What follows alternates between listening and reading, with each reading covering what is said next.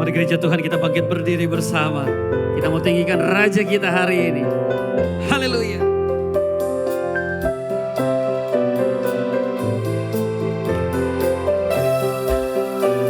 Mari kita bertepuk tangan sama-sama. Yeah.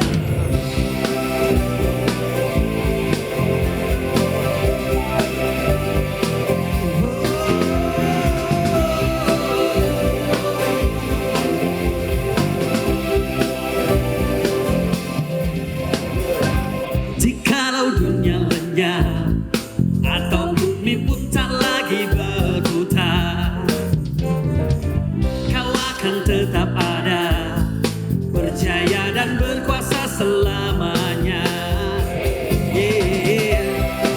Mari orang-orang muda kita bertepuk tangan bersama-sama semua. Yeah.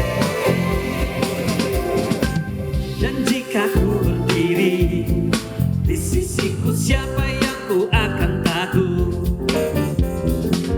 Gadamu dan tongkatmu, itu yang menemani setiap langkahku.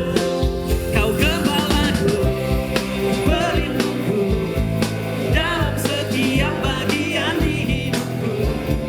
Kau pusatku, hadiratmu selalu ada nyata di setiap langkahku.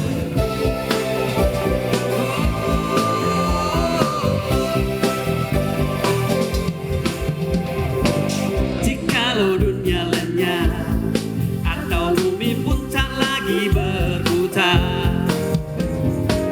Kau akan tetap ada, berjaya dan berkuasa selamanya. Kau gembalaku, pelindungku, dalam setiap bagian di hidupku. Kau kusatu, hadiratmu selalu ada nyata.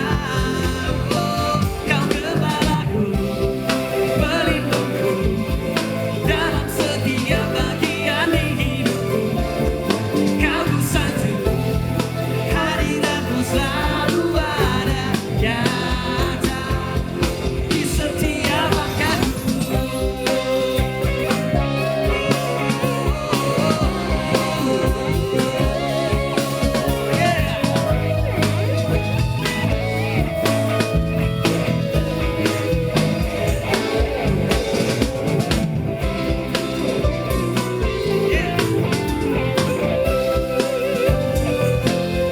Kau gembalaku, pelindungku, dalam setiap bagian di hidupku. Kau kusatu, hadiratmu selalu ada. Yang lagi katakan, oh, Kau gembalaku, pelindungku, dalam setiap bagian di hidupku. Kau kusatu, hadiratmu selalu ada nyata di setiap langkah, di setiap langkah, di setiap langkah, di setiap langkah.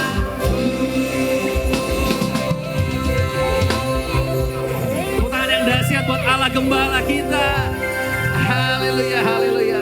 Seberapa banyak yang merasakan sukacita siang hari ini? Amin. Mari tengok kanan kirimu, katakan Tuhan Yesus baik buatmu. Haleluya. Siap beribadah hari ini? Siap beribadah hari ini? Siap terima berkat yang terbaik dari Tuhan? Siap memuliakan Tuhan? Kemuliaan bagi Dia di tempat maha tinggi. Mari orang-orang muda silakan duduk kembali. Haleluya. Tak habis-habisnya rahmat-Mu dalam kehidupan kami ya Tuhan. Bahwa sampai hari ini Tuhan, kami terus merasakan kasih-Mu Tuhan. Terima kasih Tuhan. Hampir di penghujung tahun ini ya Tuhan. Dan benar firman-Mu berkata, sekali-kali aku tidak pernah meninggalkan Engkau. Sekali-kali aku tidak pernah membiarkan Engkau sendiri. Aku gembala yang baik. Gadaku, tongkatku itu yang menyertai setiap langkah, kata Tuhan. Mari hari ini Tuhan kami datang kepadamu. Bukan karena harus ya Tuhan, tapi karena haus kepadamu ya.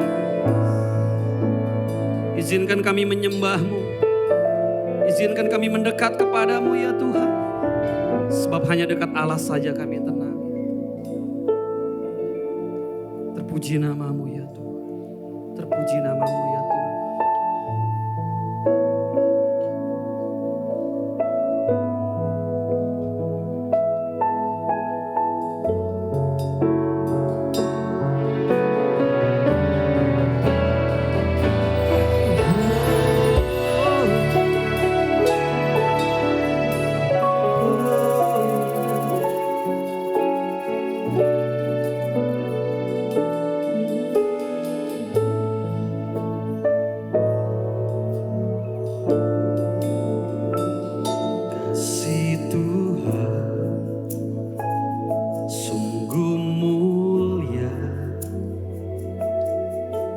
Tulus dan sempurna mengasihiku, pengorbanan di Kalvari sungguh berharga, kau tebus dosa. Terpujilah Tuhan Yesus, ditinggikan di atas pujian. Dari dalam lubuk hatiku, ku sujud dan berterima kasih. Mari beri kemuliaan bagi Tuhan Raja kita.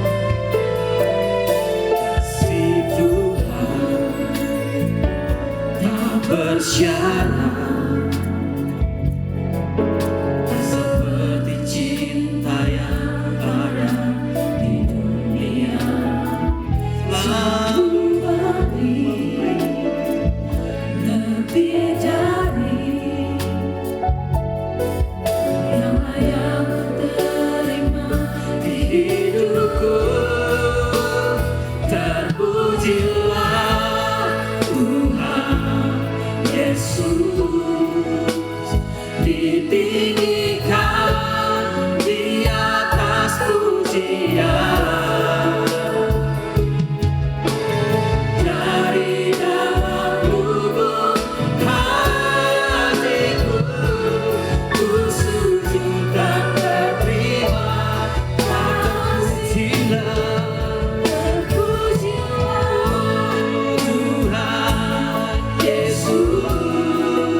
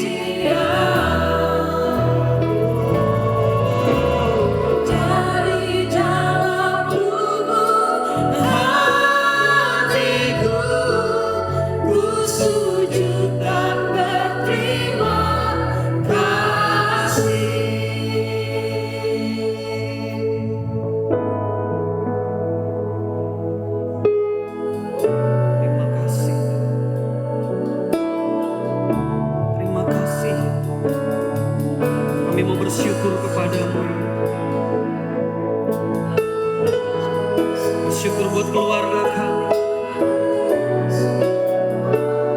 Bersyukur buat rumah tangga kami. Bersyukur buat pekerjaan. Bersyukur buat sekolah. Bersyukur buat Engkau yang tidak pernah meninggalkan kami. Bersyukur. Terima kasih. Haleluya.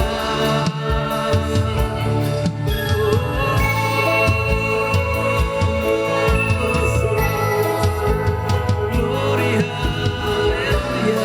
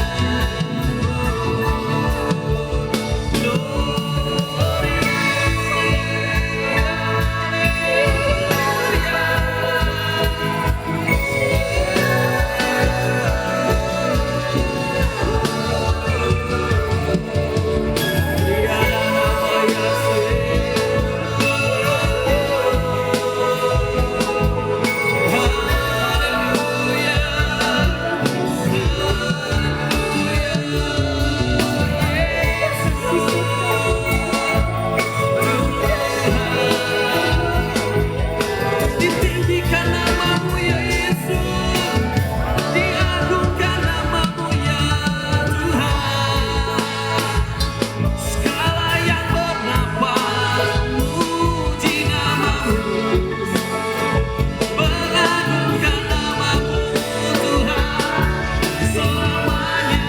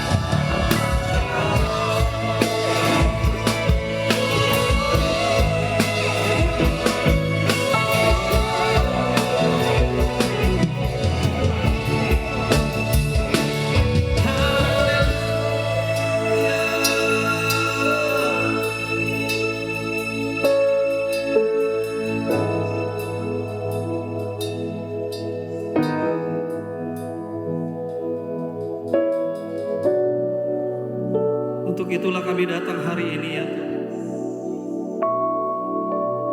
Untuk kami membawa persembahan kami ya Tuhan kepadamu. Untuk itulah kami datang siang hari ini Tuhan ke hadirat.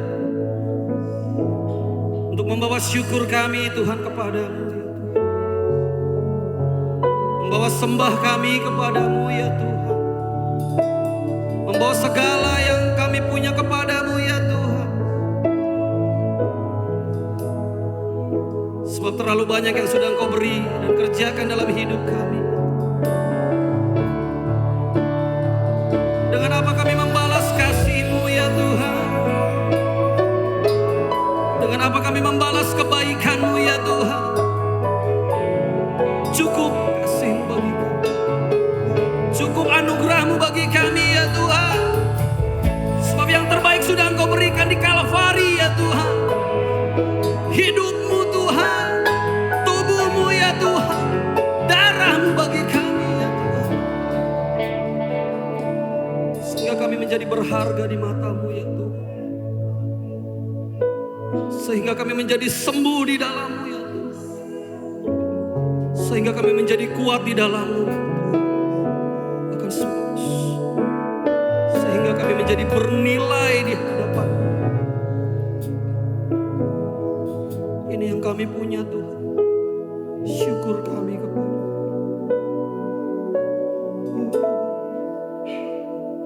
terpujilah Tuhan.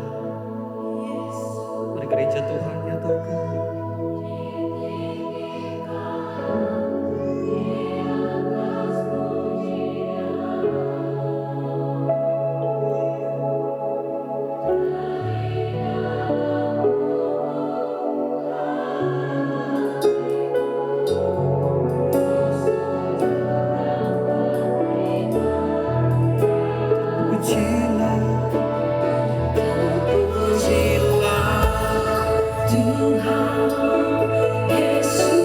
Bagi Dia kemuliaan,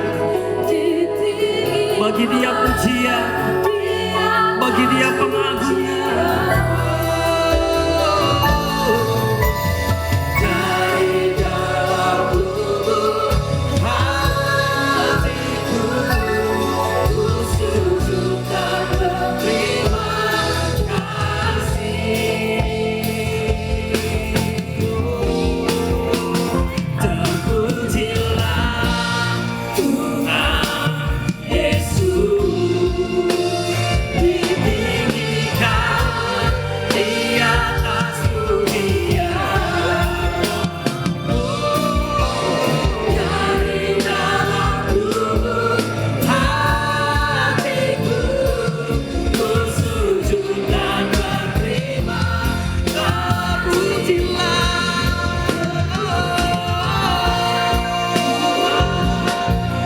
Yesus Tuhan.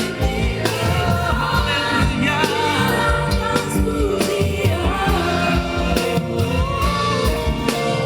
Dari dalam lubuk hatiku, ku sujud dan berterima kasih.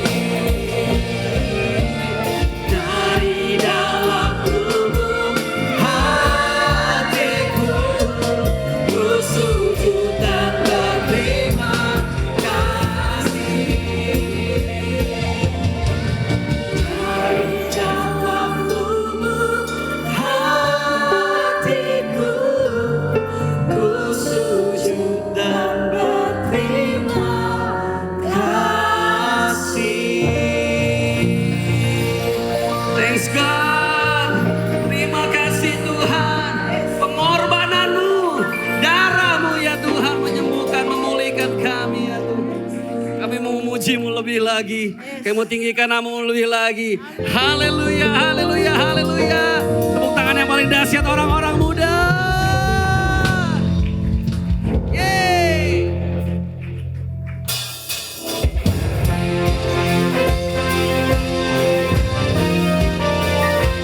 Tepuk tangannya sama-sama boleh.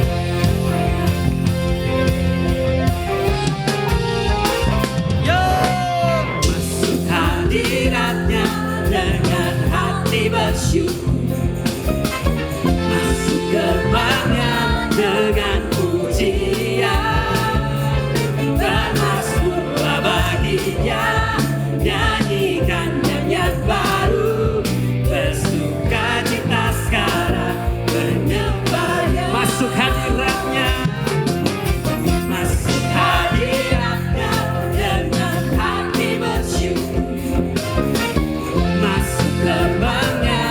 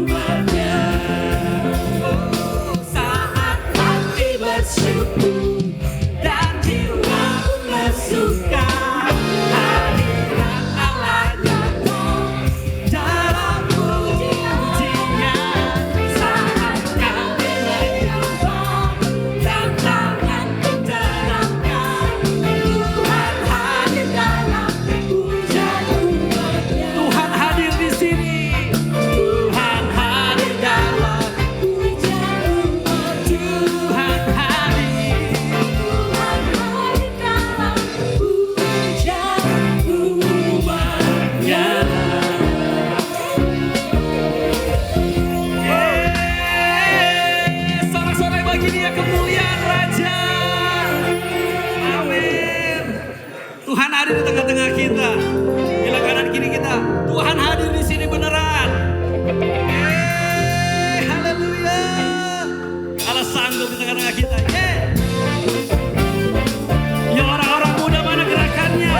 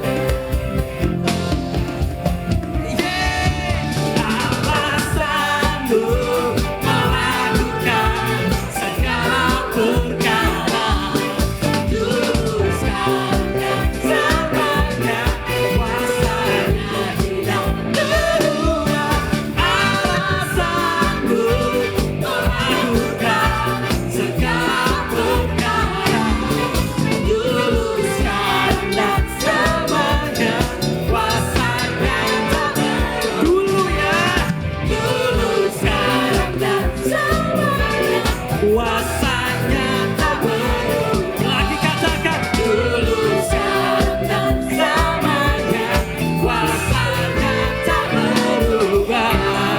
Yeah, oh yeah. Oh haleluya, kemuliaan bagi Raja segala raja, Yesus Tuhan.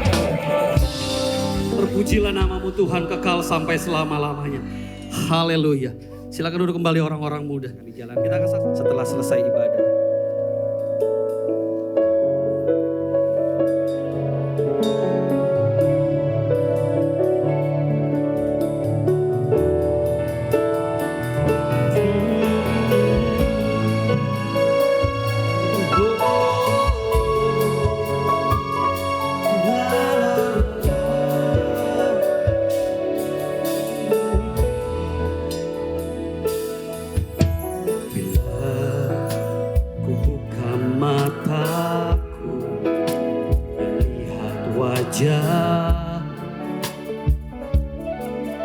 Ku terkagum bila ku lihat hidupku dan karya tangan. Ku tersanjung karena semua yang baik dalam hidupku itulah karyamu. Beri kesempatan yang baru dan ku ingin mengenalmu Tuhan lebih dalam dari semua yang ku kenal. Tiada kasih yang melebihimu. Ku ada untuk menjadi penyembahmu dan ku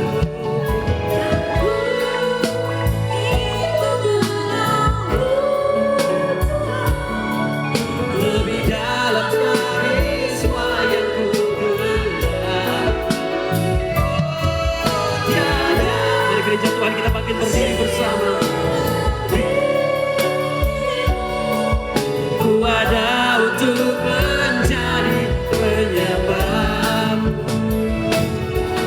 dan ku ingin mengenalmu Tuhan lebih dalam dari semua yang ku kenal. Tiada kasih yang melebihimu. Ku ada untuk menjadi penyembahmu. Ku ada untuk menjadi penyembahmu. Ku ada untuk menjadi penyembahmu. Mari kita satukan hati kita dalam doa.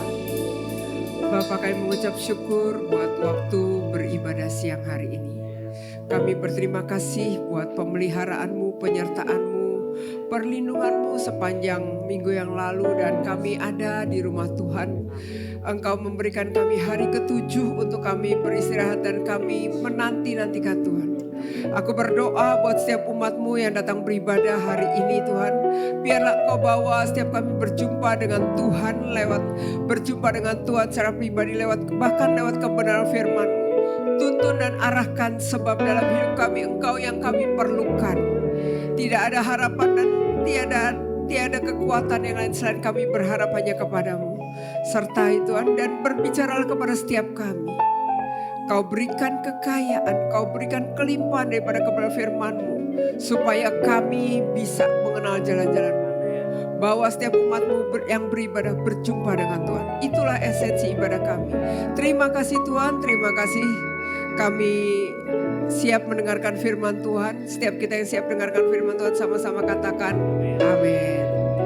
Mari saya undang kita bangkit berdiri, kita angkat Alkitab kita deklarasi firman sebelum Kita sama-sama baca ya. Kita katakan bersama-sama 2, 3. Aku percaya firman-Mu berkuasa. Aku percaya firman-Mu dapat mengubah seluruh hidupku. Aku percaya firman-Mu ini adalah Tuhan sendiri. Aku siap untuk menerimanya dan melakukannya dalam nama Yesus. Amin. Silakan duduk Bapak Ibu yang kasih dalam Tuhan Yesus. Selamat berjumpa kembali, Shalom. Nah, hari ini saya ingin menyampaikan apa yang menjadi tuntunan gembala ya. Makanya bahannya Pak Wiri Hadi, betul. Ya, saya bagiannya menyampaikan. Nah, kita akan melihat hari ini rahasia yang keempat, bagaimana tentang heaven on earth family. Ya, bagaimana kita menikmati, bagaimana kita sebagai keluarga dan kita sebagai anggota keluarga, kita menikmati surga di bumi. Kenapa kita bisa? Karena kita tiap hari memanjatkan doa Bapa kami yang berkata, datanglah kerajaan-Mu di bumi seperti surga. Jadi kalau kita merindukan surga itu ada di tengah-tengah keluarga kita, Tuhan bisa jadikan dan Tuhan akan genapi. Dan topik yang keempat hari ini kita akan bicara tentang rahasia yang keempat, bicara tentang facilities of heaven. Nah, Bapak Ibu yang kekasih dalam Tuhan, manusia itu ditempatkan di Taman Eden. Ya, ketika manusia pertama kali dijadikan oleh Tuhan di Taman Eden, dia ditempatkan supaya manusia itu bisa di Taman Eden dia menikmati ini.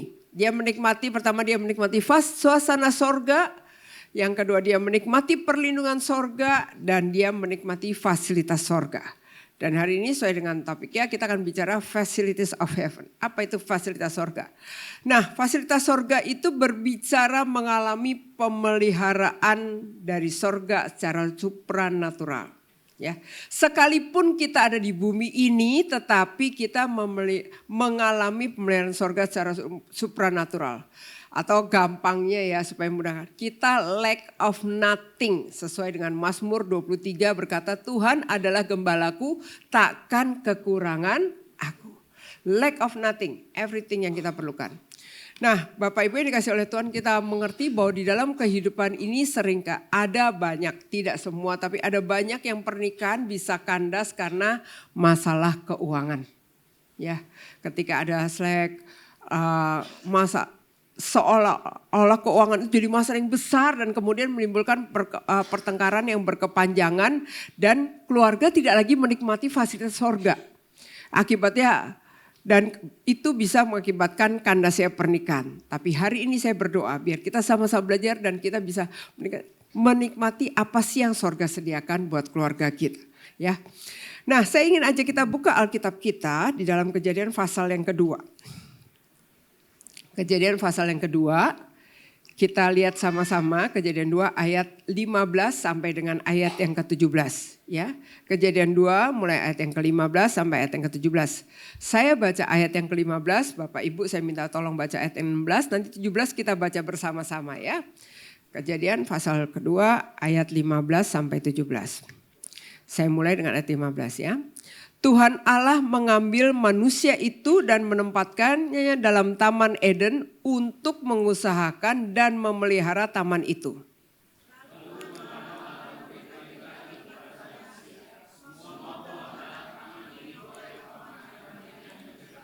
Ayat 17, 2, 3. Tetapi pohon pengetahuan tentang yang baik dan yang jahat itu janganlah kau makan buahnya. Sebab pada hari engkau makannya pastilah engkau mati. Nah, kita lihat ayat yang ke-15 ya. Jadi katakan Tuhan Allah mengambil manusia itu menempatkannya dalam Taman Eden untuk apa? Untuk mengusahakan dan memelihara taman itu. Jadi saya mau bilang bekerja itu adalah sebenarnya adalah bicara tentang partnership. Kerjasama, kongsian kita sama Tuhan. Kenapa?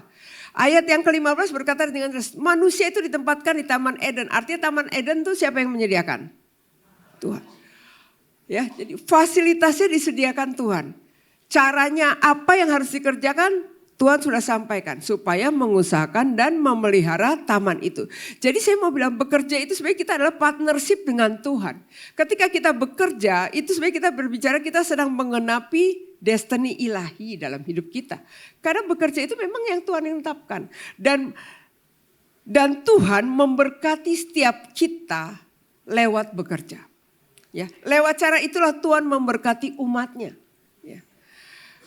Mazmur 108 ayat 14 berkata dengan jelas, dengan Allah kita akan lakukan perbuatan-perbuatan yang besar. Sebab Tuhan sendiri akan menginjak-injak lawan kita. Jadi ketika kita bekerja sebenarnya kita sedang berpartnership dengan sorga.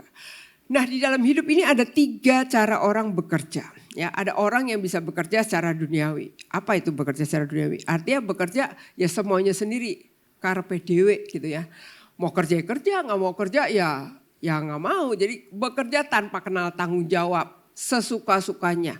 Tidak bertanggung jawab terhadap dirinya, bahkan juga tidak tahu, apalagi bertanggung jawab terhadap pekerjaannya. Kalau sering telat lalu ditegur, kenapa sih kamu datang telat terus? Yang lain boleh, kenapa aku nggak boleh? Jadi selalu ada aja pembandingnya, ada aja alasannya. Ya, yang kedua, ada orang yang bekerja secara manusiawi. Ya, bekerja dengan kekuatannya sendiri, dengan keterampilan masih, dengan kekuatannya apa yang dia bisa kerjakan, ya itu dia kerjakan tanpa pernah mengandalkan Tuhan. Dan yang ketiga adalah orang yang bekerja hidup secara ilahi.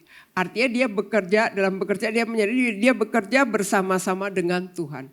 Dan orang-orang seperti inilah yang akan menikmati fasilitas sorga. Yang percaya katakan? Ya. Nah, saya berdoa supaya Bapak Ibu juga bisa mengalami kebenaran ini ya.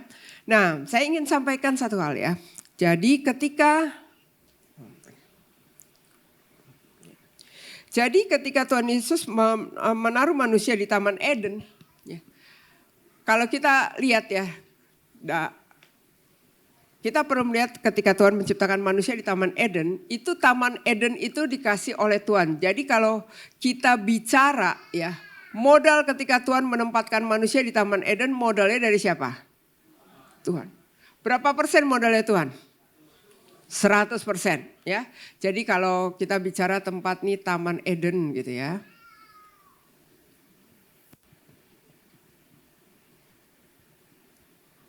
Ya. Maka di Taman Eden tuh modalnya Tuhan itu 100%.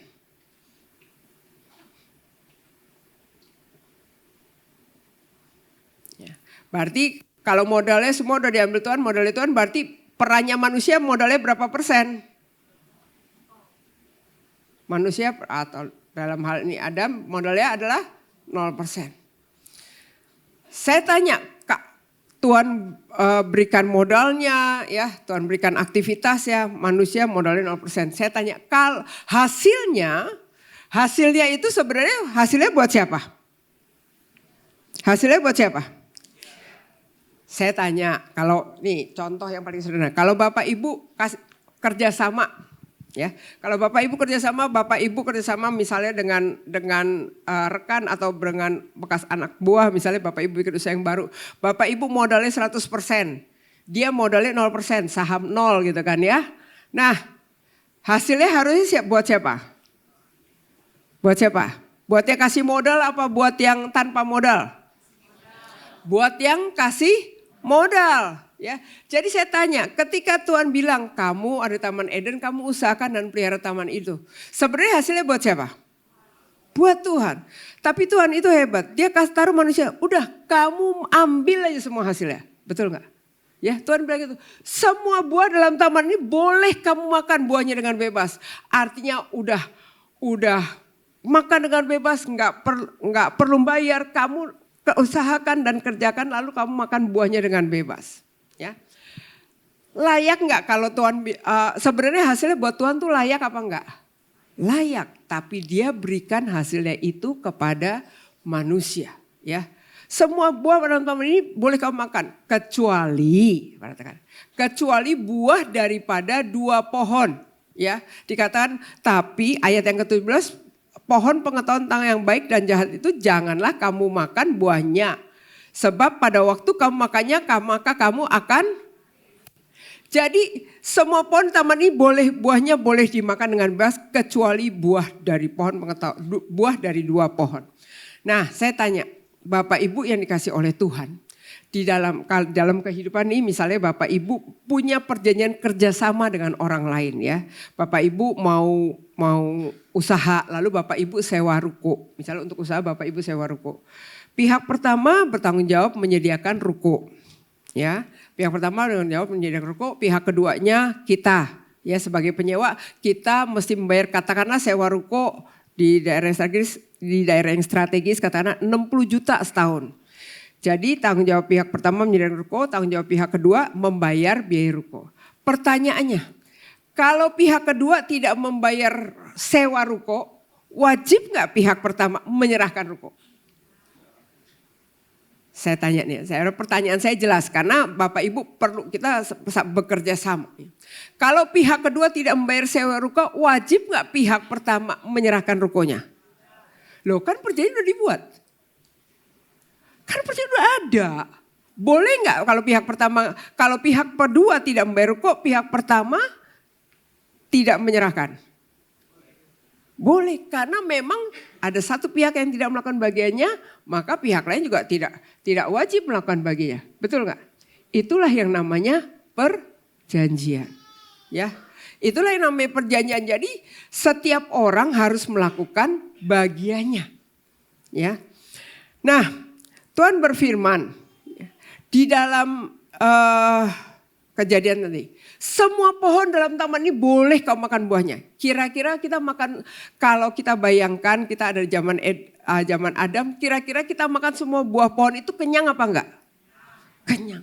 Cukup enggak? Cukup. Nah kemudian Tuhan bilang kecuali buah dari 2 pohon. Ya. Buah dari 2 pohon. Artinya gini, Tuhan membuat perjanjian berkat dengan setiap kita. Dia menyediakan Taman Eden. Dia menyediakan semua fasilitas. Dan dia bilang kamu lakukan. Tapi ingat ya, ada perjanjianmu dengan aku.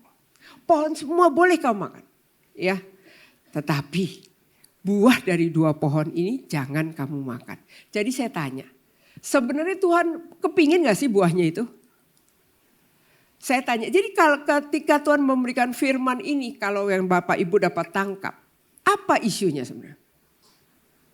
Apa isunya? Kenapa Tuhan sampai memberikan perintah, semua pohon boleh kamu makan, kecuali buah dari 2 pohon ini. Apa isunya? Bicara tentang taat. Ya, bicara tentang ketaatan. Karena gini, Bapak Ibu makan semua juga boleh. Tuhan juga tidak membutuhkan kok kalau buah 2 pohon itu. Pertanyaannya, aduh Tuhan kalau buah pohon itu jatuh, pohonnya menarik hati katanya. Ya, kalau buahnya jatuh kan sayang. Kira-kira apa yang harus kita lakukan? Jatuh boleh dong diambil. Kan udah jatuh. Anggaplah ya, Alkitab nggak menceritakan itu jatuh. Tapi kalau misalnya ketika kita merasa, aduh menarik banget gitu, ada keinginan. Ya kita cuma boleh lihat doang. Sebab semakin dipegang semakin kepingin. Ya. Jadi kalaupun itu jatuh karena Tuhan berkata jangan kamu makan buah itu, ya jangan dimakan. Caranya jangan pernah megang, apalagi metik. Gitu kan. Jadi caranya memang gitu. Nah itulah perjanjian yang Tuhan buat dengan manusia. Nah kalau kita lihat di dalam kejadian ini, apa sih yang Tuhan maksud dengan gambaran? Apa yang Tuhan maksud dengan gambaran daripada 2 pohon ini? Kita perlu tahu bahwa di dalam perjanjian lama itu banyak hal yang kemudian digenapi dalam perjanjian baru. Jadi perjanjian lama itu bisa mencerminkan untuk zaman-zaman berikutnya bahkan hingga saat ini. Contoh yang paling sederhana, kalau kita di dalam Alkitab itu banyak ditulis tentang domba yang dipersembahkan. Ya, domba yang dipersembahkan itu merujuk kepada korban Tuhan Yesus di atas kayu salib. Itu gambaran. Jadi domba yang dipersembahkan sebagai gambaran tentang korban Tuhan Yesus. Nah sekarang kita akan lihat apa sih yang dimaksudkan Tuhan ketika Tuhan bilang kamu usahakan dan pelihara. Ya, artinya Tuhan mau kita bekerja. Lalu apa itu maksudnya? Nah di dalam Alkitab, kitab Maleakhi itu menjelaskan dengan jelas apa sih yang dimaksudkan dengan gambaran yang Tuhan sampaikan di dalam Kejadian 2 ayat 15 sampai 17 yang tadi kita baca. Kita lihat Maleakhi pasal yang ketiga. Maleakhi pasal yang ketiga itu menjelaskan dengan tepat apa yang dimaksud dengan dua pohon itu. Ya, kita lihat Maleakhi 3 ayat yang ke-8. Ya. Maleakhi 3 ayat yang ke-8. Alkitab berkata demikian. Bolehkah manusia menipu Allah? Namun kamu menipu aku. Atau kita baca aja sama-sama ya. Maleakhi 3 ayat yang ke-8. Kita baca sama-sama. 2, 3. Bolehkah manusia menipu Allah? Namun kamu menipu aku. Tetapi kamu berkata, dengan cara bagaimanakah kami menipu engkau mengenai persembahan persepuluhan dan persembahan khusus.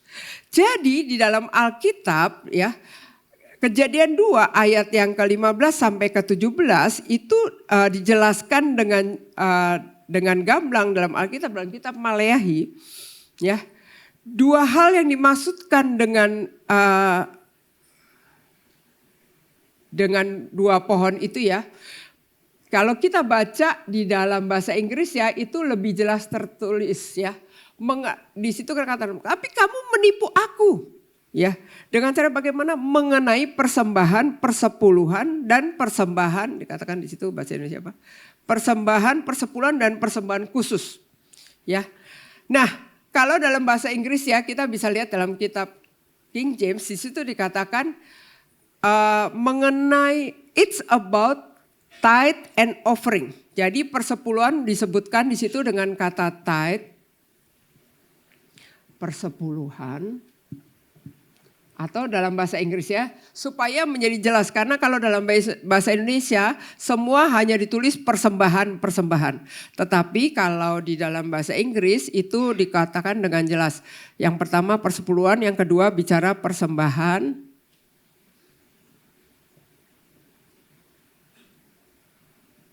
Atau offering dalam bahasa Inggrisnya. Ya. Nah. Jadi dikatakan ini yang merujuk kepada inilah yang dimaksud dengan dua pohon. Kalau kamu ambil dari dua pohon ini apa yang menjadi bagian Tuhan, kamu nipu. Lewat apa?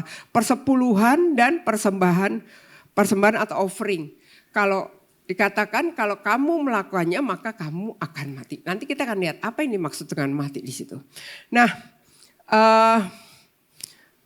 mungkin kita bertanya apa sih? Berapa sih yang sebenarnya dimaksud Tuhan dengan persepuluhan dan persembahan nih?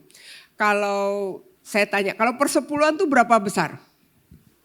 Persepuluhan berapa besar? 10%. Ya, ini jelas namanya juga persepuluhan. 1/10 dari segala yang dihasilkan. Nah, kalau gitu gimana sebenarnya kalau di dalam bagaimana kita bisa menikmati heaven on earth family? Apa sih rahasia? Gimana caranya kita mengelola keuangan dalam keluarga? Ini yang kami lakukan sejak kami menikah, kemudian juga gereja melakukannya ya. Persepuluhan, lalu ada persembahan atau offering. Besarnya berapa? Besarnya ini 10%. Nanti kita akan lihat dari mana besar 10% itu ya. Kemudian yang ketiga adalah bicara, maaf ya saya nggak bisa jongkok lebih. Ya, ketiga bicara operasional. Kan ada biaya untuk hidup sehari-hari operasional ya. Operasional ini maksimum 70%. Kalau Bapak Ibu mau ikuti silahkan. Dan saya mau berkata, it works dan Bapak Ibu akan mengalami. Yang keempat bicara tentang tabungan atau saving. Saving ini minimal 10%. Nah, kenapa bisa ada gambaran seperti ini ya, kita akan sama-sama lihat. Nah, boleh nggak benih ini nggak 10%? Boleh, saya dulu juga melakukannya bukan dari 10% kok. Tapi kita akan lihat dari mana sih angka perpuluhan 10% dan benih 10%. Nah, Bapak Ibu ingat ketika Bapak Ibu pengen nggak ditolong Tuhan melewati masa-masa kesesakan dan kesulitan kita? Pengen nggak Bapak Ibu mengalami pertolongan Tuhan? Lebih daripada yang bisa kita pikirkan ketika kita mengalami masa kesesakan. Bapak Ibu pernah gak ngalami susah? Kalau belum pernah saya berdoa supaya pernah. Supaya punya pengalaman sama Tuhan. Gitu loh. Nah, dari mana kita bisa belajar? Kalau kita lihat ya, pada waktu lalu Tuhan menuntun bangsa Israel. Salah satunya itu lewat kisah Yusuf. Yusuf itu pernah dibawa oleh Tuhan lebih dulu ke Mesir. Ketika Mesir mengalami 7 tahun kelimpahan dan kemudian Mesir mengalami 7 tahun kelaparan. Mimpi itu bisa diterjemahkan oleh Yusuf kepada Firaun. Ya, lalu bagaimana ketika di masa kelaparan seluruh dunia, ya bukan hanya Mesir tapi seluruh dunia mengalami kelaparan, tapi Mesir tertolong oleh karena langkah yang dilakukan oleh Yusuf.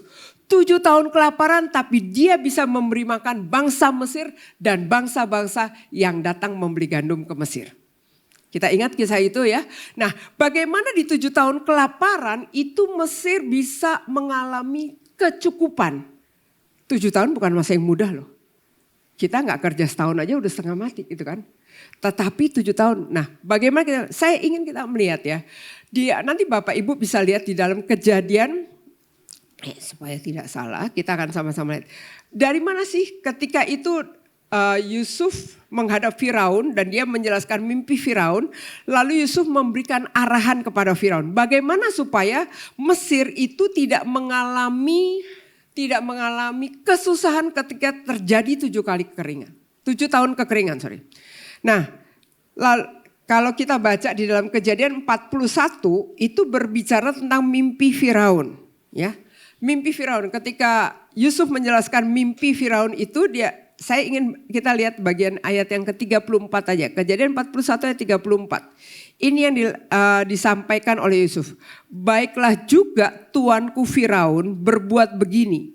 Yakni menempatkan penilik-penilik atas negeri ini. Dan dalam ke-7 tahun kelimpahan itu memungut 1/5 dari hasil tanah Mesir. Ya, jadi dalam 7 tahun kelimpahan Yusuf memberi saran. Pungutlah 20%. 1/5 itu 20% kan. 80% kasih orang Mesir.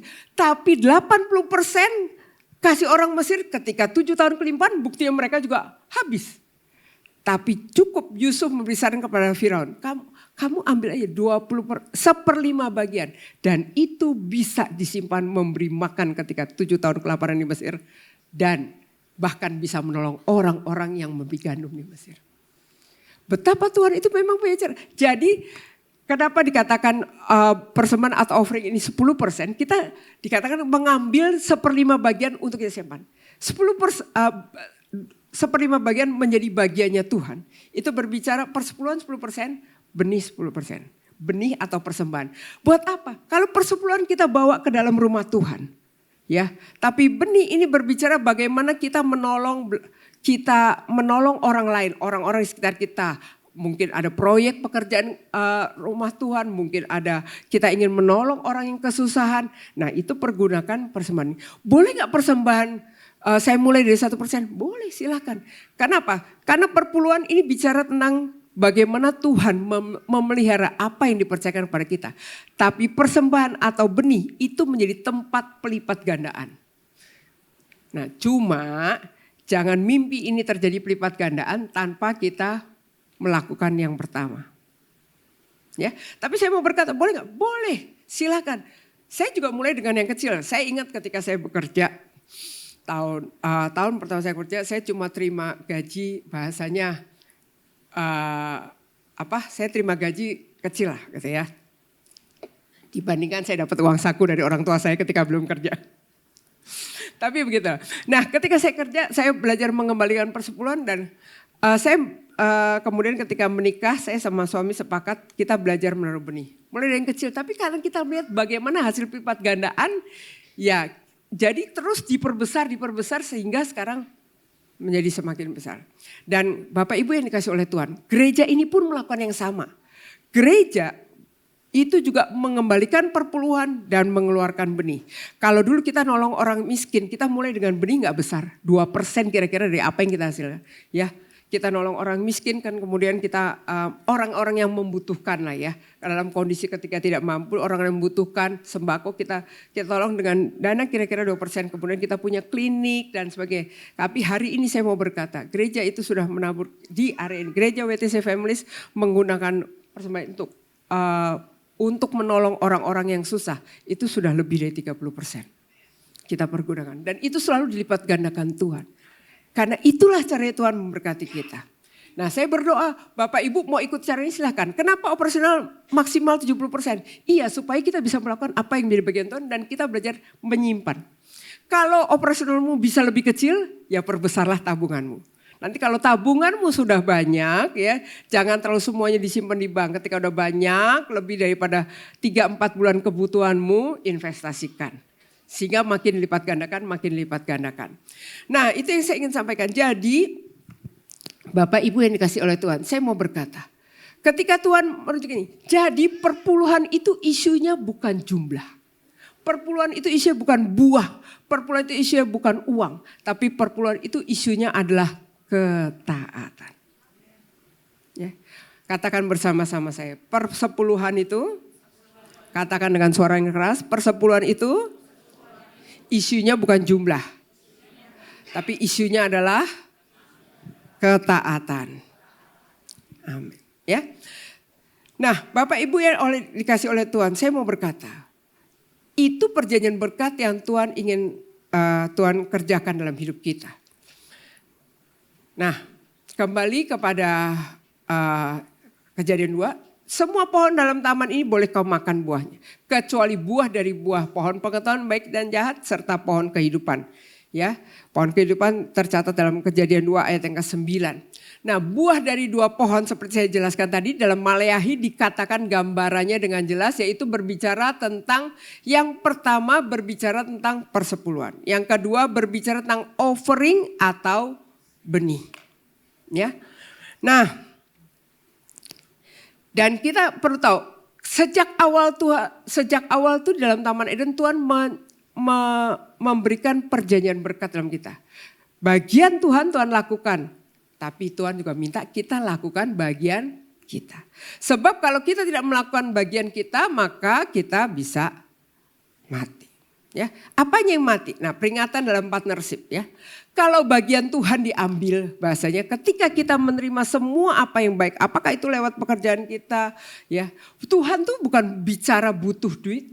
Itu bicara isu tentang ketaatan. Ketika Tuhan ada Taman Eden, semua buah dalam pohon ini boleh kamu makan buahnya. Itu ketika Tuhan berikan itu, supaya kita juga melatih diri kita tidak menjadi greedy, tidak menjadi rakus, dan kita menjadi hamba-hamba daripada berkat. Ingat, Tuhan itu berikan berkat untuk ada kita kelola, bukan untuk jadi tuan atas hidup kita. Ya, jadi kalau bagian Tuhan diambil, maka sesuai dengan Kejadian 2 ayat 17, maka kita akan mati. Apanya yang mati? Yang mati itu adalah partnership kita, perjanjian berkat kita, kongsi kita sama Tuhan yang mati. Kenapa? Karena kita yang nge-break gitu loh. Kita yang nge-break perjanjian itu, apa yang jadi bagian Tuhan tidak kita lakukan, apa yang menjadi bagiannya Tuhan kita ambil. Artinya seperti kita tidak membayar sewa ruko gitu loh.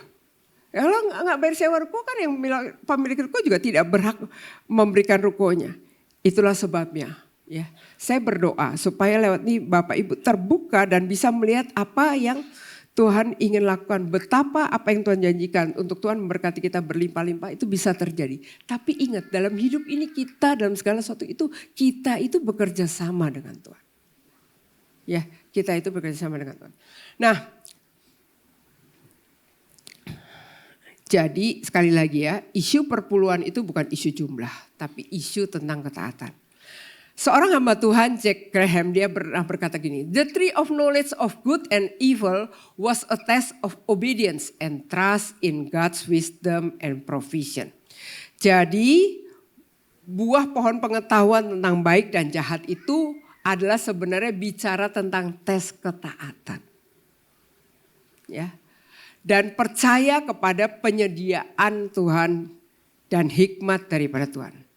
Nah, sebelum saya hari ini ingin jelaskan tentang 2 isu. Saya percaya Bapak Ibu mungkin sering dengar lewat YouTube ya atau TikTok Reels gitu ya, karena media sosial kan sudah sangat besar di Indonesia dan itu ada banyak orang yang berkata menyampaikan pengajaran-pengajaran di TikTok dan di Reels. Hari ini saya ingin bahas tentang 2 isu ini yang sering disampaikan di lewat media sosial. Yang pertama dikatakan ya, ada banyak influencer berbicara bilang begini. Influencer bilang begini, perpuluhan itu kan hukum Taurat. Itu mah zaman dulu, itu hukum Taurat. Sekarang kita ini hukumnya kasih karunia. Ya, kita tidak hidup di bawah hukum Taurat, kita hidup di bawah hukum kasih karunia. Yes, tapi saya mau bilang perpuluhan itu bukan karena hukum Taurat. Sekarang saya ingin kita sama-sama buka Alkitab kita, Kejadian pasal 14. Kejadian pasal yang ke-14, ya, ayat yang ke-20. Ya, mungkin saya baca ayat 18 dan 19, nanti saya minta Bapak Ibu baca ayat 20 ya. Kejadian 14 ayat 18, 19 sampai 20. Melkisedek Raja Salem membawa roti dan anggur, ia seorang imam Allah yang maha tinggi. Lalu ia memberkati Abram, katanya, diberkatilah kiranya Abram oleh Allah yang maha tinggi, pencipta langit dan bumi.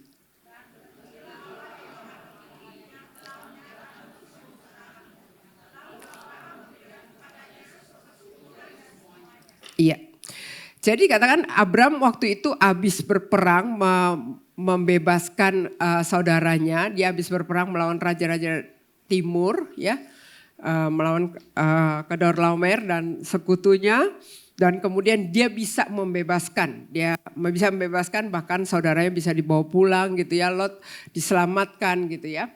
Nah, lalu Abram dikatakan dia bersyukur kepada Tuhan dan dia memberikan, Alkitab mencatat Abram itu memberikan 1/10 kepada Melkisedek, lambang daripada imam Allah yang maha tinggi yang menunjuk kepada Tuhan. Ya, nah gambaran daripada Tuhan. Dikatakan Abram itu adalah bapak orang beriman yang pertama, itu ada sebelum kitab Taurat itu ada. Taurat itu baru ada zaman Musa. Ya, zaman Musa, dan itu diberikan setelah penjajahan, udah sampai Yakub sampai ke Mesir. Yakub pindah dulu udah Mesir, lalu 430 tahun baru pembebasan, baru ada kitab Taurat. Jadi Abram itu sudah memberikan 1/10 kepada sebagai persembahan. Dari mana dia belajar? Pengajaran diturunkan dari generasi kepada generasi. Kita ingat ketika Nuh, di zaman Nuh itu ada air bah yang sangat besar. Semua manusia musnah, dan ketika Nuh selamat, dia keluar dari bahtera. Apa yang dilakukan? Dia membawa persembahan kepada Tuhan. Dia membawa persembahan kepada Tuhan, dan lewat persembahan itu dikatakan Alkitab mencatat menjadi bau yang harum kepada Tuhan sampai Tuhan berjanji, mulai hari ini tidak pernah akan ada air bah lagi yang akan memusnahkan bumi. Dan sebagai tandanya aku taruh pelangi. Hanya karena persembahan Nuh yang harum itu Tuhan bisa janji tidak pernah ada air bah yang akan memusnahkan bumi lagi. Jadi betapa itu adalah satu janji yang Tuhan ungkapkan dari hati yang penuh syukur.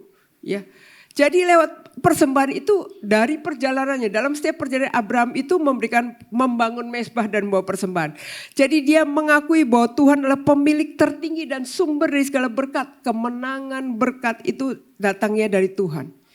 Ya, jadi persembahan persepuluhan yang diberikan Abram itu adalah bentuk penyembahan Abram. Ya, dia mewakili dirinya dan mewakili keluarganya. Itu yang pertama. Ya, yang kedua kita lihat contoh yang lebih jelas dalam Kejadian pasal yang ke-28. Ini clear. Kejadian pasal 28. Ini berbicara, saya ingin kita sama-sama lihat Kejadian 28 ayat 20 sampai 22.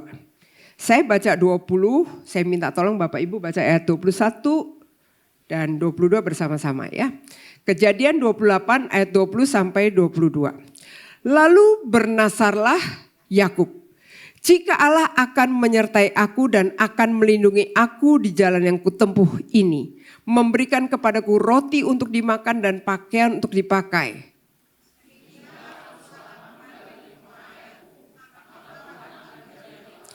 (22) sama-sama, 2, 3. Dan batu yang kudirikan sebagai tugu ini akan menjadi rumah Allah. Dari segala sesuatu yang kau berikan kepadaku akan selalu kupersembahkan 1/10 kepadamu. Ya, nah dikatakan demikian. Yakub berkata, Tuhan, dia bikin perjanjian nih. Dia ini lagi jadi pelarian. Dia lari dari rumah ayahnya karena dikejar sama Esau yang merasa marah sekali karena dirampas hak kesulungannya. Dia lari meninggalkan meninggalkan tanah kelahirannya. Dia lari pergi ke tempat pamannya Laban di Padan Aram. Dia hari itu jadi pelarian dan dalam pelariannya itu dia sempat berhenti di namanya Betel. Dia tertidur di Betel, lalu dia melihat tangga dari surga ke bumi turun naik. Ya, dan waktu dia bangun dia janji sama Tuhan. Dia bilang begini, kita lihat dalam ayat 20 ya. Jika Tuhan menyertai aku, jika Tuhan melindungi aku, jika Tuhan memberikan kepadaku roti untuk dimakan dan memberikan kepadaku pakaian untuk dipakai. Saya tanya dengan 4 ini ya. Jika Tuhan menyertai, jika Tuhan melindungi, memberikan roti untuk dimakan, memberikan pakaian untuk dipakai. Cukup gak buat kita hidup? Cukup gak buat kita hidup? Cukup. Disertai Tuhan, dilindungi Tuhan, Tuhan memberikan roti untuk dimakan, pakaian untuk dipakai. Bukankah itu cukup buat hidup? Ya, jadi saya mau berkata, ya, Tuhan itu memberkati kita tuh cukup. Tuhan itu memberkati cukup, tapi ingat kita tuh ada dalam perjanjian berkat dengan Tuhan. Ya, dan Abraham bilang begini, maka dari semua yang kau berikan kepadaku. Ini ya Tuhan, bagian Tuhan ya. Tuhan sertai aku, Tuhan lindungi aku, Tuhan memberikan roti kepadaku untuk dimakan, Tuhan memberikan kepadaku pakaian untuk dipakai. Nanti bagianku, aku dari semua yang kau berikan, aku akan selalu mempersembahkan 1/10 kepadamu. Bagian Tuhan dia minta 4, bagian dia lakukan 1. Nah pertanyaannya, dari mana sih Yakub bisa belajar? Dari mana Yakub mengerti tentang persepuluhan? Ini janji dia pertama kepada Tuhan dan dia taat melakukannya. Ya, Yakub lihat kepada kakeknya Abraham. Dia lihat kepada ayahnya Ishak. Dia lihat bagaimana ayahnya ketika masa kelaparan mengungsi ke Mesir. Dia harus ada tinggal di tengah-tengah bangsa Filistin. Dia lihat tapi ayahnya tuh dalam setiap keadaan dia belajar memberikan persembahan 1/10. Kepada Tuhan dan dia melihat bagaimana kakeknya dan ayahnya menjadi orang-orang yang diberkati Tuhan di tengah-tengah setiap kesulitan. Bahkan Alkitab mencatat Abraham dan Ishak itu dicatat sebagai orang yang kaya, kian lama kian kaya, bahkan menjadi sangat kaya. Mereka menjadi orang-orang yang kaya di sebelah timur karena mereka membawa persembahan mereka kepada Tuhan. Ya. Jadi saya mau berkata bahwa ini Abraham. Kalau dibilang persepuluhan itu Taurat, salah. Karena Taurat itu baru muncul, ya, baru muncul kemudian, ya. Ini Abraham, nah ini Yakub, ya. Seorang hamba Tuhan, Karl Barton Pratt dia berkata, tithing is not a matter of money, really, it is a matter of faith, faith in the Lord. Jadi persepuluhan itu bukan soal uang. Persepuluhan itu berbicara tentang iman. Apakah kita berani mempercayakan hidup kita kepada Tuhan. Dan percaya bahwa iman percaya kita membuat Tuhan melakukan bagian. Sedangkan persepuluhan itu sebagai hukum Taurat itu baru diberikan di zaman Musa. Itu adanya di kitab Bilangan.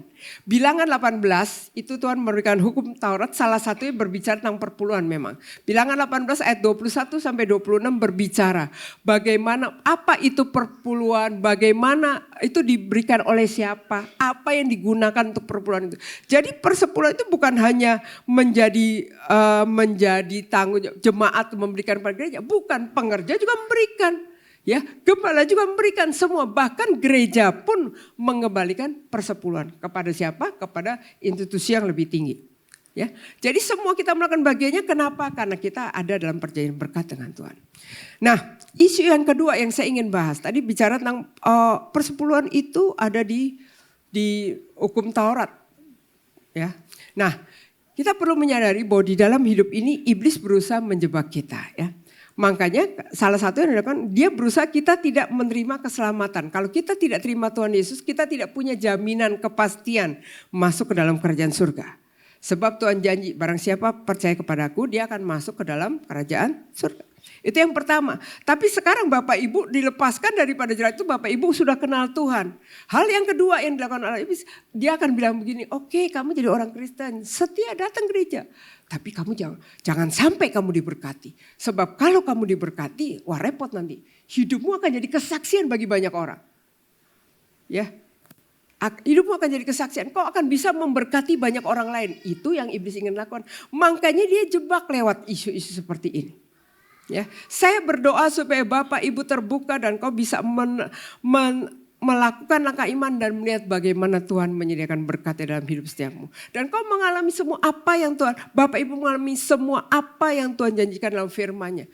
Dan tidak terjebak dalam jerat iblis. Yang kedua, isu yang saya ingin bahas adalah berbicara, perpuluhan itu adanya di perjanjian lama. Perjanjian baru gak pernah tuh Tuhan Yesus ngajarin tentang perpuluhan. Pernah gak Bapak Ibu dengar berita itu? Ya, saya nggak tahu Bapak Ibu, tapi saya percaya itu banyak karena berkali. Nah, saya ingin ajak isu yang kedua ini, saya ingin ajak kita buka sama-sama Matius pasal yang ke-23. Ini adalah ketika Tuhan Yesus sedang mengajar murid-muridnya, ya, dia mengajar murid-muridnya dan ada di Yerusalem. Dia mengajar ini. Kejadian pasal 23, kita lihat ayat yang ke-23. Kejadian 23 ayat 23. Baca sama-sama yuk. 2, 3.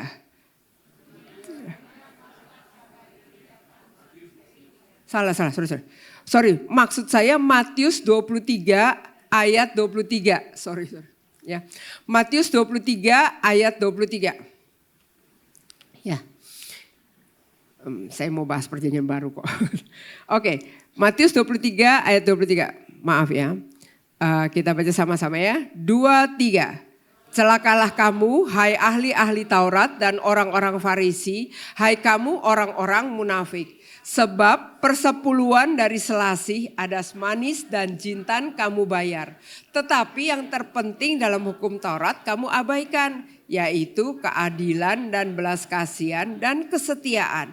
Yang satu harus dilakukan dan yang lain jangan diabaikan. Oke. Kalau kita lihat dari ini pesan Tuhan ya, celakalah kamu. Lalu ini konklusinya, yang satu harus dilakukan. Apa itu yang dimaksud dengan yang satu harus dilakukan dari ayat ini? Apa yang dimaksud? Persepuluhan. Ya, karena di ayat ini dikatakan gini, sebab persepuluhan dari selasih, adas manis dan jintan kamu bayar. Tetapi yang terpenting dalam hukum Taurat kamu abaikan. Yaitu ini. Jadi yang satu harus dilakukan, yang satu itu bicara apa? Yang satu itu bicara persepuluhan. Dan yang lain jangan diabaikan. Yang lain itu apa maksudnya? Keadilan, kesetiaan, dan kasih. Yang kedua jangan diabaikan. Jadi yang satu harus dilakukan ini bicara perpuluhan. Yang kedua, benih yang Bapak Ibu simpan itu digunakan untuk kita melakukan belas kasihan. Untuk kita melihat keadilan. Ketika kita melihat ada orang susah, rasanya hidup ini gak adil. Dia gak bisa sekolah, anak-anak kita bisa. Kita ingin melakukan, kita ingin menolong. Pergunakan apa yang Bapak Ibu simpan sebagai persembahan. Untuk menolong orang lain. Jadi hidupmu itu menjadi hidup yang berdampak. Karena Tuhan ingin memberkati hidupmu lewat melipat gandakan apa yang kau tabur. Gak usah kita mengharapkan orang itu balas sama kita. Jangan dijadikan pinjaman, jangan jadi hutang. Tapi memang kita memberi, jadikan itu benih. Dan kau akan Bapak Ibu akan melihat itu akan jadi pelipat gandaan yang besar. Dalam hidupmu. Nah itulah yang Tuhan sediakan. Yang satu harus dilakukan, perpuluhanmu jangan nggak dilakukan. Persepuluhan sudah dilakukan. Kenapa Tuhan waktu itu isu Matius 23? Karena waktu itu ketika Tuhan mengajarkan ini, karena waktu itu orang-orang agamawi dalam Yerusalem bilang begini, kalau mereka lihat misalnya ada janda, belas kasihan, selalu dia bilang, Tuhan siapa yang berdosa, orang ini atau orang tuanya. Kalau ada kesusahan di sekitarnya dianggap itu dosa atau apa. Dan dia tidak mau menolong. Yang penting kan saya udah bayar persepuluhan dari jintan, adas manis, selasih. Lalu matanya tertutup buat orang lain. Nah Tuhan, karena gini, hukum kasih itu mengajarkan kita dengan jelas. Kasihlah Tuhan dan kasihlah sama manusia. Jadi kita gak bisa bilang, yang penting hubungan saya sama Tuhan. Kasihlah sama manusia. Caranya apa? Lewat apa yang kita beri buat keadilan, kesetiaan. Ya, dan kasih. Itu yang Tuhan ingin kerjakan dalam hidup kita. Kenapa? Lewat itulah kita akan dilipat gandakan. Ya, jadi kalau orang bilang itu ada di perjanjian lama, salah besar. Tuhan Yesus mengajarkan dengan jelas kepada murid-muridnya. Ya, jadi persepuluhan harus dilakukan tapi belas kasihan jangan kita abaikan. Seorang hamba Tuhan, Adrian Rogers, berkata demikian, God doesn't need us to give him our money. He owns everything. Betul ya? Tithing it's God's way to grow Christian. Jadi persepuluhan itu berbicara sebagai jalannya Tuhan untuk membawa kita bertumbuh sebagai orang percaya. Nah, saya ingin kita buka kembali kepada kitab Maleakhi yang tadi kita baca. Sekarang saya ingin kita baca ayat kelanjutannya. Maleakhi pasal yang ketiga. Ya. Tadi kita sudah baca ayat ke-8. Sekarang kita lihat ayat 9 dan 10 ya. Saya baca ayat 9, 10 kita baca sama-sama ya, langsung ya. Kamu telah terkutuk tetapi kamu masih menipu aku. Ya kamu seluruh bangsa. Ayat 10, 2, 3. Bawalah seluruh persembahan persepuluhan itu ke dalam rumah perbendaharaan. Supaya ada persediaan makanan di rumahku. Dan ujilah aku firman Tuhan semesta alam. Apakah aku tidak membukakan bagimu tingkap-tingkap langit dan mencurahkan berkat kepadamu sampai berkelimpahan. Jadi ayat yang ke-10 berkata dengan jelas, bawalah seluruh persembahan persepuluhan ke dalam rumah Tuhan. Hari ini saya banyak bahas tentang poin yang pertama, nanti poin yang kedua pada berikutnya ya. Nah, bawalah seluruh persembahan persepuluhan itu ke dalam rumah Tuhan. Kenapa harus dibawa ke dalam rumah Tuhan? Ini perhatikan. Persembahan dibawa ke rumah Tuhan. Yang pertama, supaya ada persediaan makanan di rumah Tuhan, baik secara jasmani maupun rohani. Nanti Bapak Ibu bisa baca dengan jelas apa yang itu dimaksud secara jasmani. Bilangan 18 ayat 21 sama 26 yang tadi saya sampaikan. Tapi berbicara, persepuluhan itu dibawa ke rumah Tuhan supaya ada persediaan makanan jasmani. Artinya ada biaya operasional. Yang kedua juga untuk untuk orang-orang yang melayani sepenuh waktu. Kalau zaman dahulu untuk orang-orang Lewi ya. Untuk orang-orang yang melayani sepenuh waktu di rumah Tuhan. Ada makanan jasmani tapi juga ada makanan rohani. Apa yang dimaksud dengan makanan rohani? Tahukah Bapak Ibu Saudara ketika Bapak Ibu belajar membawa persembahan persepuluhan ke dalam rumah Tuhan. Bapak Ibu bisa connect dengan di tempat ini ketika Bapak Ibu dapat firman yang segar. Dapat firman yang hidup, dapat firman yang bukannya sekedar angin yang diucapkan, tapi berbicara firman yang penuh kuasa, firman yang membawa kemenangan, firman yang membawa kehidupan. Karena dari tempat ini, ya, ketika hamba-hamba Tuhan yang di tempat ini, mereka juga ketika mereka merenungkan firman Tuhan, mereka juga dapat firman yang segar dari surga, dan itulah yang dibagikan kepada Bapak Ibu Saudara. Ya, itulah yang dibagikan kepada Bapak Ibu Saudara, firman yang didapat dari kebenaran firman Tuhan lewat Roh Kudus yang dimanifestasikan dalam hidup kita. Itulah makan rohani.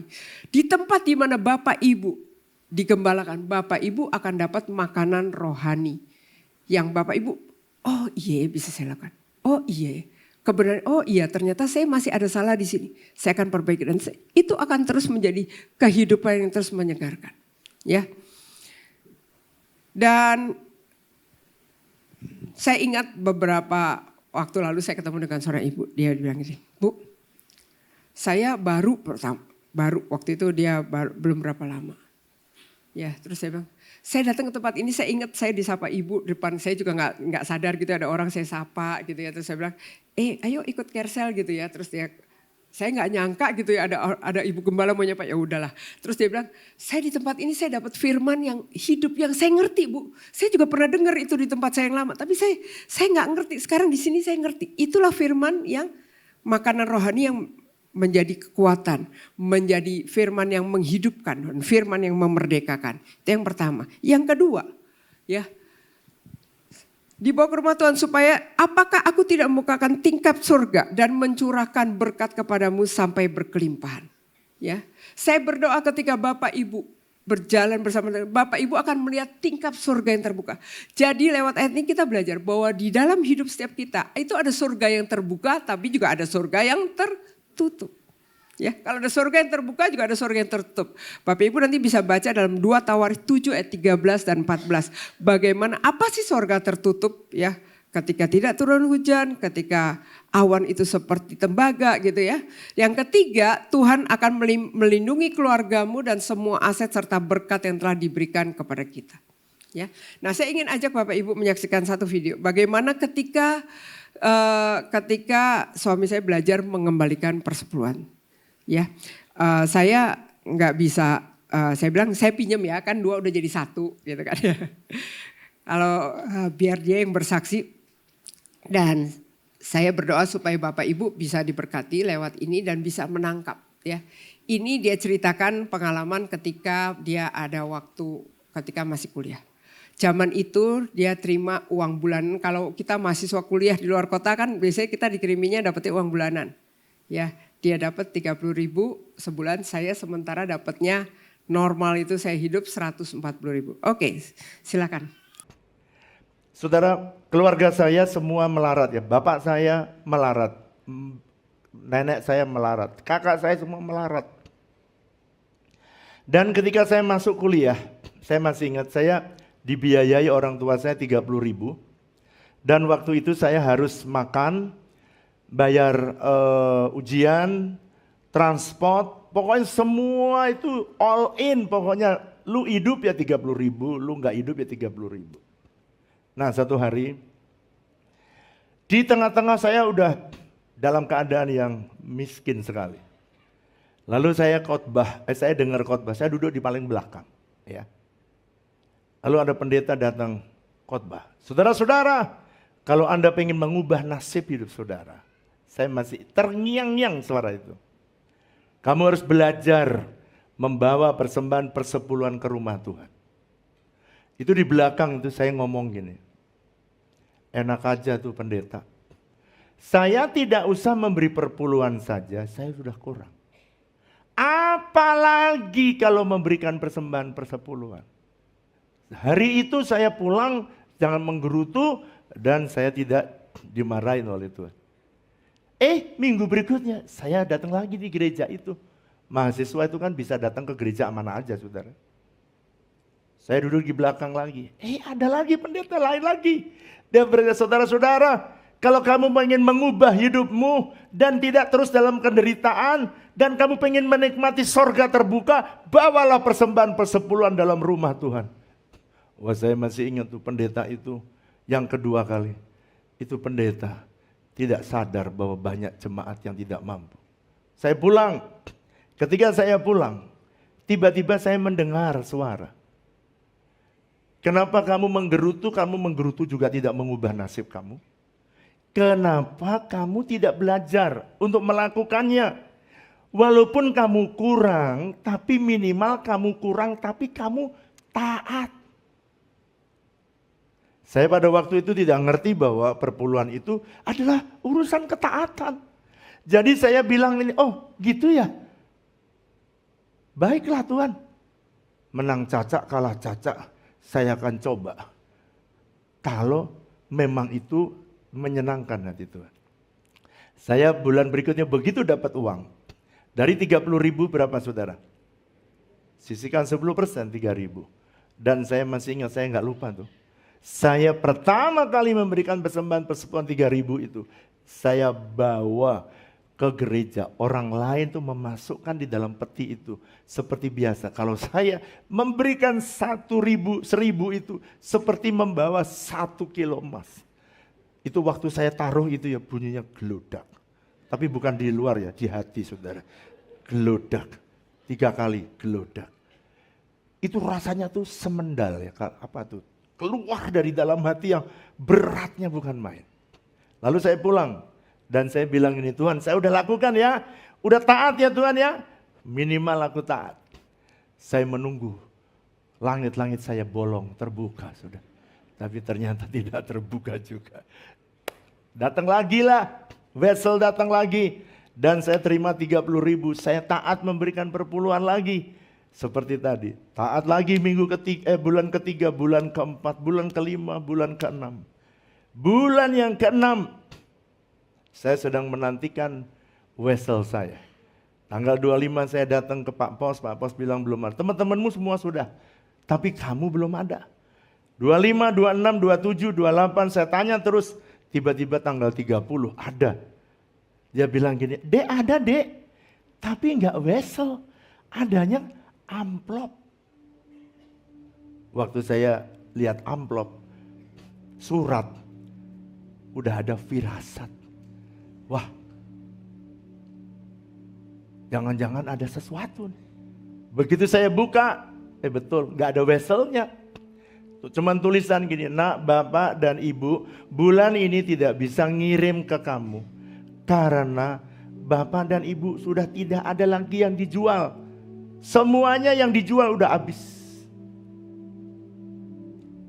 Waktu saya tutup, saya nangis sebagai anak masih kecil.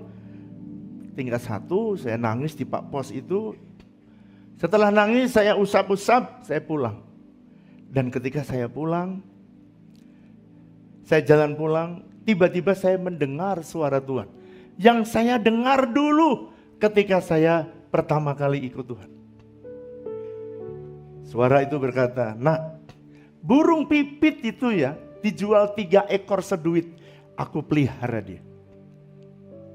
Apalagi kamu, bukankah kamu lebih ganteng daripada burung pipit? Bener gak sih saya lebih ganteng dari burung pipit gak sih? Saudara, hati saya kemudian berubah dari sebuah kesedihan, tiba-tiba saya berubah. Dan saya bilang ini, Tuhan terima kasih kau pasti pelihara aku. Sampai di kos-kosan saya tulis surat kepada orang tua saya, Pak, Bu, jangan gelisah, jangan takut. Kalau Bapak di dunia tidak bisa beri makan, Bapakku di sorga sanggup memberi makan. Saya tutup, saya kirim, orang tua saya sudah terima. Sekarang saya yang bergumul. Tuhan, bukankah Engkau berjanji Kau akan membuka tingkap surga, Tuhan? Ini malah bukan tingkap surga, Tuhan. Ini malah surganya tertutup rapat. Gak ada wesel. Dan saya tidak bisa makan karena duitnya habis. Tiba-tiba teman saya datang. Wiryo, ini jam makan loh. Ayo makan. Oh enggak, saya enggak. Ya mereka makan. Jam makan lagi, Wiryo kamu gak makan? Enggak, kamu puasa? Iya. Supaya gak berdosa, saya jawab di hati, tambahin. Kamu puasa? Iya, terpaksa.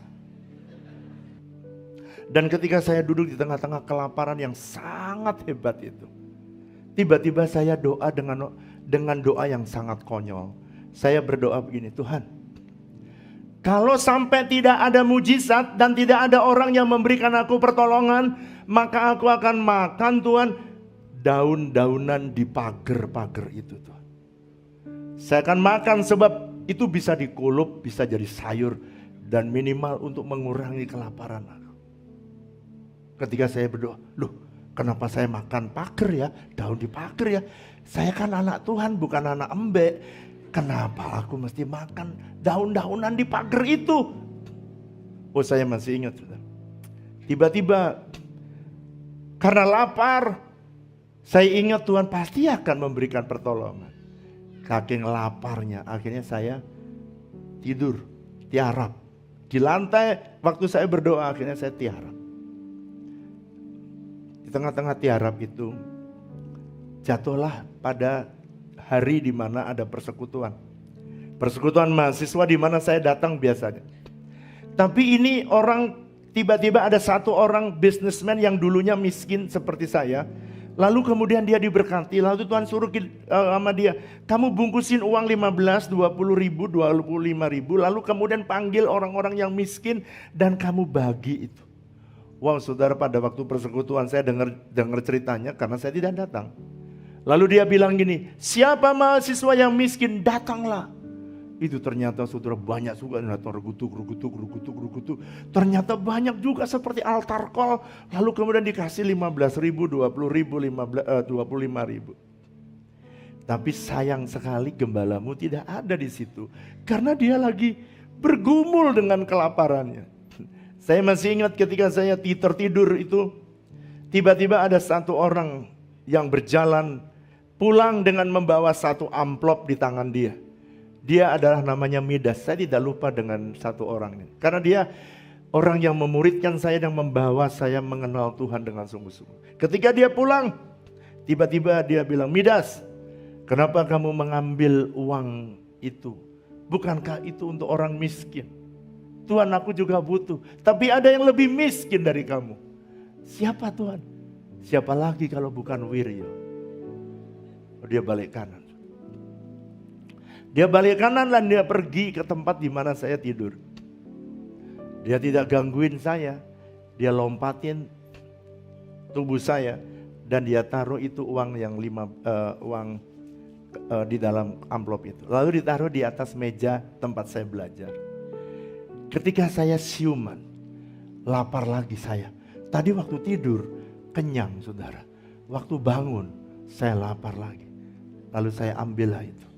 Ketika saya ambil, saya buka, ternyata ada uang 15.000. Dan saya bilang ini Tuhan, nyawaku tersambung 15.000. 15 hari karena ada 15.000. Tuhan terima kasih. Ini adalah mujizat pertama yang tidak pernah saya terima sebelumnya. Belum pernah terjadi. 15 hari saya bisa tertolong. Hari yang ke-16 bergumul lagi. Hari ke-17 bergumul lagi. Hari ke-18 bergumul lagi. Dan di tengah-tengah saya masih ingat hari yang ke-18 itu. Saya tidak tahu siapa yang menaruh amplop sampai hari ini. Sebab saya tanya Midas, dia bilang enggak, saya cuma sekali itu. Yang kedua saya tidak tahu. Tapi yang aneh waktu saya buka, isinya 15.000. Saya nangis. Kenapa saya nangis? Tuhan tahu ya jatah saya 30.000. Bulan itu tidak lebih 1.000 juga. Pas 30.000. Dan kemudian saya bilang ini Tuhan, nyawaku tersambung bulan ini. Dan saudara, hari itu adalah hari breakthrough bagi hidup saya. Dan setelah itu kemudian saya selesai dan saya sudah punya uang bisa makan. Tiba-tiba saya dipanggil oleh Purek 3. Wiryo, dari 1.500 orang yang di tingkat persiapan bersama ini, ada 12 orang yang cum laude. Dan salah satunya kamu. Maka kamu saya masukkan di dalam permohonan beasiswa PPA, peningkatan prestasi akademik, supaya kamu bisa kuliah sampai akhir. Terus Pak, terus. Dan waktu saya ajukan itu, sekarang ini ada keputusan bahwa kamu menerima beasiswa sepanjang kamu kuliah yang ada di IPB. Lalu saya menerima beasiswa itu dari sepanjang saya masuk sampai saya selesai, sampai saya lewat tingkat 1, saya tiba-tiba mendadak dari yang tidak punya uang tiba-tiba mendadak kaya karena duitnya dapat beasiswa sebanyak itu.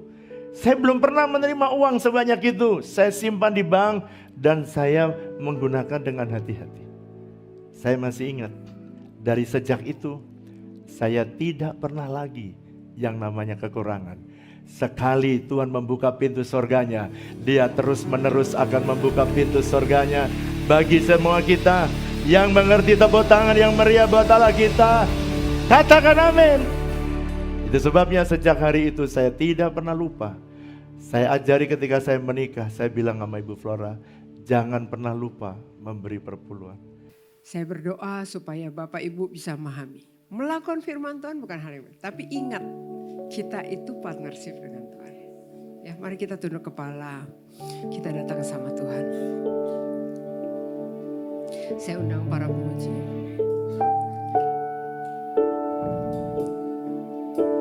Biarlah hati kami terbuka di hadapan-Mu Tuhan. Dan kami mau berkata kepadamu ya Tuhan. Mari naikkan pujian ini. Hidupku menggenapi firman-Mu. Tanda mujizat sertai tiap langkahku. Kau bersamaku di dalamku. Jadi bukti kebesaran-Mu. Katakan hidupku menggenapi firman-Mu.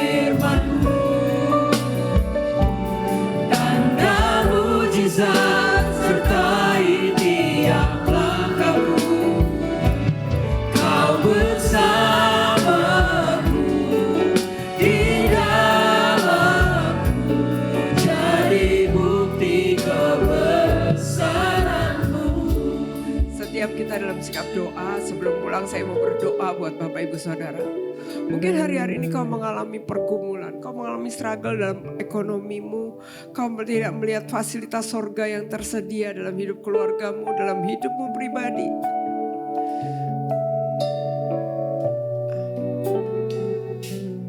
Kau belum pernah melakukan apa yang Tuhan perintahkan, tapi hari ini Tuhan menyatakan apa yang Tuhan janjikan. Perjanjian berkat Tuhan sediakan. Sejak dari Tuhan menciptakan manusia di Taman Eden. Dan Tuhan jelaskan bahkan sampai saat ini. Dan saya mau berkata, hidup saya dan suami sudah menjadi laboratorium daripada kebenaran firman ini.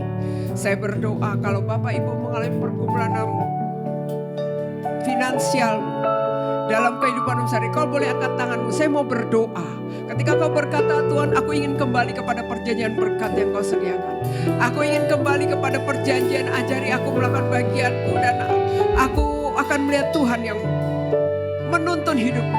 Sebab bukan dengan kekuatan kita bisa melakukan, tapi karena Tuhan yang menyediakan.